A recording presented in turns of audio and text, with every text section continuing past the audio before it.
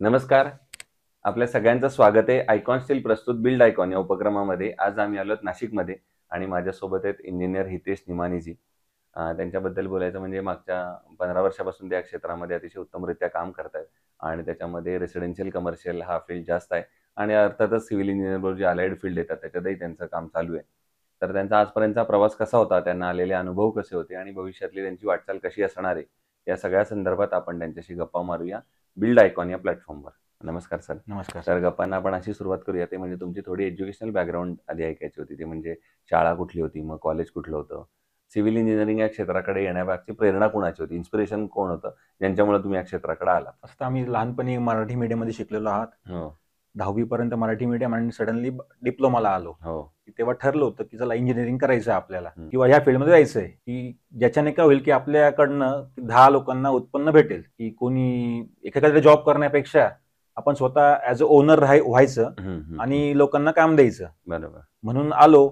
Diploma केला, नंतर degree केली, काही वर्ष एक्सपिरियन्स घेतला आणि मग स्वतःची फर्म चालू करून मग आता काम छोटे सुरू मोठे केलं. आहे, अजून स्टार्टअपच्या हिशोबाने आहे, Very अजून good. मोठे झालो नाही आम्ही. नाही. आणि दुसरं सगळ्यात महत्त्वाचं म्हणजे जेव्हा आपण ग्रॅज्युएशन पूर्ण करतो, त्याच्यानंतर आपण कुठेतरी सर्व्हिस प्रॅक्टिस करतो बरोबर. आणि मग स्वतःची कन्सल्टन्सी हो, सुरू हो, करतो. तर बरोबर. तोही प्रवास कसा होता आणि जो पहिला वैयक्तिकरित्या प्रोजेक्ट केलात, तर तो कुठला होता? त्याची आठवण काही सांगता येईल का? सगळ्यात मेमोरेबल आहे माझा हं. एक्सपिरियन्स. नक्कीच. नाशिकमध्ये सिटी सेंटर मॉल झाला, हो, तिथे मी होतो. अनिल लोढांची हो, कंपनी हो. एबीएल इन्फ्रास्ट्रक्चर, बरोबर. तर त्यांच्याकडे मी एक्सपिरियन्सला लागलो. हं.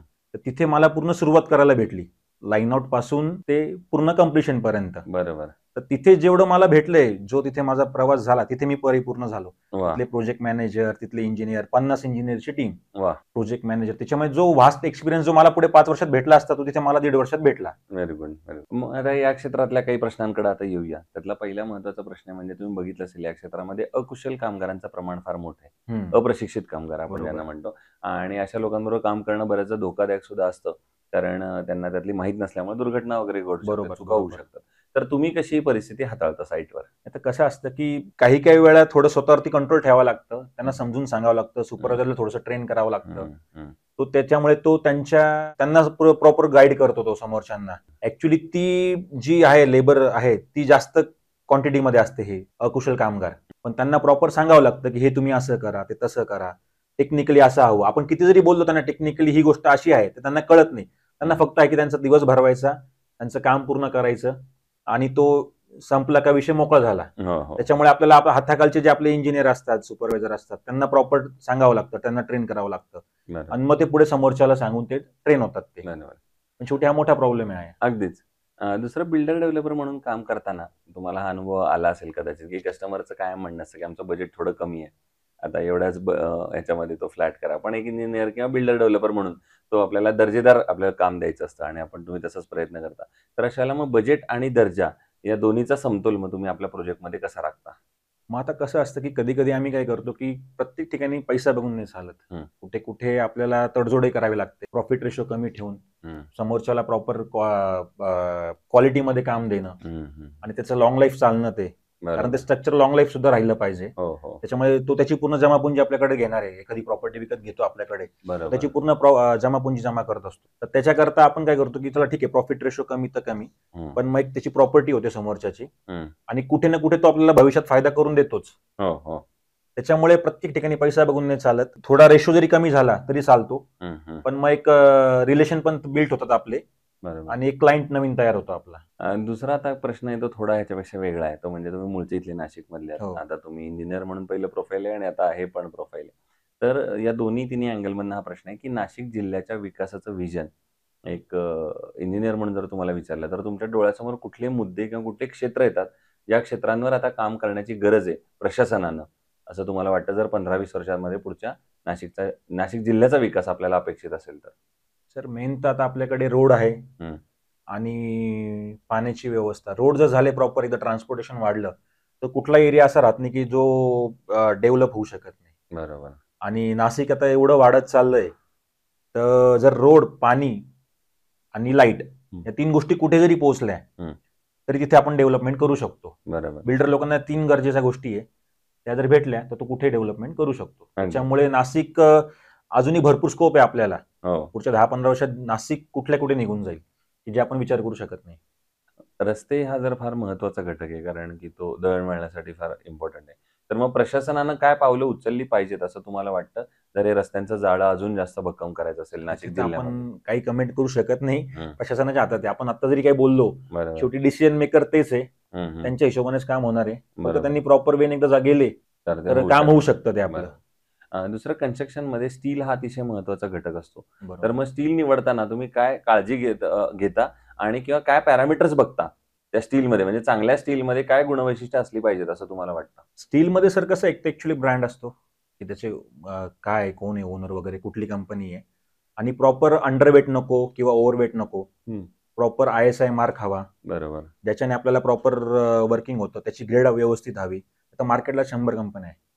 पण मग त्याच्यामध्ये आपण फक्त हे बघतो, की एक ब्रँड, प्रॉपर ISI मार्क आणि त्याची सर्व्हिस प्रॉपर हवी. वेळेवरती आपल्याला स्टील डिलिव्हर झालं पाहिजे. नाही तर आजकाल मार्केटला फक्त ऑर्डर जातात आणि स्टील वेळेवर येत नाही. बरोबर. तर त्याच्यामुळे हेच पॅरामीटर आहे आपलं. असं काही जास्त पॅरामीटर्स नाही. आउट ऑफ द वे काही नाही. आयकॉन स्टील तुम्ही वापरलंय कधी कुठल्या हो, प्रोजेक्टमध्ये? बऱ्यापैकी आयकॉन स्टील माझं बऱ्यापैकी वापरलं गेलेलं आहे. ओके.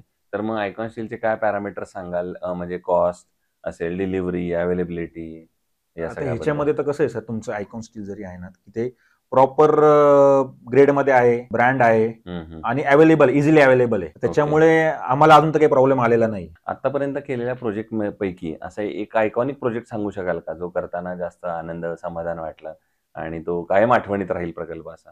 असे तर सर्वच प्रोजेक्ट आठवणीतले आहे. कुठे ना काही आपली जोडलेली आहे त्याच्याबरोबर. हं. पण जिथे मी एक्सपिरियन्स घेतला सिटी सेंटर मॉल, हं, हं. तो माझा जो जिथे मी एक्सपिरियन्स घेतला, ओके, तो माझा ड्रीम प्रोजेक्ट झाला. ओके. की जी अच्छा टीम तो तिथे मला भेटली, ती अच्छा. परत आयुष्यात कधी झाली नाही. जो वाह! तिथे एक्सपिरियन्स भेटला तो कुठे झाला नाही. वाह! तिथे आम्ही 12 14 तास, 16 तास काम केलेलं आहे. Very good. आणि तेच जर आपण बिल्डरशिपला गेल्यावरती किंवा कॉन्ट्रॅक्टरशिपला गेल्यावरती ती क्षुल्लक गोष्ट वाटते. बरोबर, जिथे बरोबर. आम्ही 25,000 टन स्टील यूज केलेलं आहे साईटवरती. हं, हं, हं. तर साईटवरती आपल्याला 5-10 टन, 20 टन क्वांटिटी सुद्धा एकदम निग्लिजिबल वाटते. बरोबर, बरोबर. पण तो तुम्ही पहिलाच प्रोजेक्ट केला आणि हां, सगळ्यात मोठा तोच प्रोजेक्ट होता मेमोरेबल तुमचा. भेटला आणि तिथे बरोबर. जे एक्सपिरियन्स भेटलं, हो, की जिथे मी जर एका दिवसात 400 MQ कॉन्क्रीट करू शकतो, हो. ते माझ्याकरता पूर्ण बिल्डिंगचं 200 MQ मी कसं म्हणजे किती फास्ट करू शकतो. हे ज्या गोष्टीला 6-6 महिने लागतात, ते आपण 3 महिन्यात केले पाहिजे. बरोबर, बरोबर आहे. दुसरं कन्स्ट्रक्शनमध्ये आता नवीन प्रॅक्टिसेसमध्ये आपण असं म्हणू आणि पर्यावरणाच्या दृष्टीने सुद्धा, की आर्टिफिशियल सँड असेल, क्रश सँड असेल किंवा हे, तर या ब्रिक्स वापरण्याबद्दल तुमचं मत काय? बजेटच्या दृष्टीनं म्हणा, त्याच्या इफिशियन्सीच्या दृष्टीनं म्हणा. तर प्रॉब्लेम तर काहीच नाही. आर्टिफिशियल आणि नॅचरलमध्ये नॅचरल सोर्स तर जास्त काही अवेलेबल होत नाही. हो, हो. तर त्याच्यामुळे भविष्य फक्त आर्टिफिशियलचंच आहे आपलं. हं, हं, हं. तर ओके. त्याच्याने काही प्रॉब्लेम अजून तरी आपल्याला काही येत नाहीये, की बरोबर. कुठे ग्रेडमध्ये किंवा कुठे क्वालिटीमध्ये कॉम्प्रोमाइज होतोय. ओके. आणि अप्रॉक्सिमेटली रेटही आजकाल सिमिलर लेव्हललाच आलेले आहे. हो, हो. त्याच्यामुळे नॅचरल आणि आर्टिफिशियलमध्ये असा काही वेगळा फरक वेगळा नाहीये. फरक नाही. आता अगदी शेवटचा प्रश्न ते म्हणजे या क्षेत्रामध्ये जे नवीन तरुण इंजिनिअर्स येतात तुमच्यासारखे आणि ज्यांना काहीतरी धडाड आहे, नवीन काहीतरी करून दाखवण्याची, तर त्यांना तुम्ही काय सल्ला द्याल या क्षेत्रात येण्यापूर्वी? पेशन्स हवे. वाह! एक इथिक्स फिक्स करून घ्यावे आधी. हो. त्या इथिक्सवर आपले कामं करावे. जर इथिक्समध्ये बसत नसतील, तर काम सोडून द्यावे. अच्छा. वाह! तर हे होते इंजिनिअर आणि बिल्डर डेव्हलपर हितेश निमाणीजी आणि त्यांनी फार महत्त्वाचं एक सांगितलं ते म्हणजे इथिक्समध्ये काम म्हणजे त्या मर्यादित राहून काम करायचं. इल्लीगल कामाला तुम्ही स्वतः चालना देऊ नका. कारण की सिव्हिल इंजिनिअर असतो तो देश उभारणीसाठी सगळ्यात महत्त्वाचं कॉन्ट्रिब्युशन करत असतो. त्यामुळे सुरुवात तुमच्यापासून होते. त्यामुळे ते जे काम तुमच्या मनाला पडणार नाही, अशीच कामं तुम्ही करू नका. कारण ती देशाला, समाजाला सुद्धा घातक असतात अशी कामं भविष्यात पुढे जाऊन. आणि जर तुम्ही तसं केलं तर तुम्ही नक्की या क्षेत्रामध्ये यशस्वी व्हाल.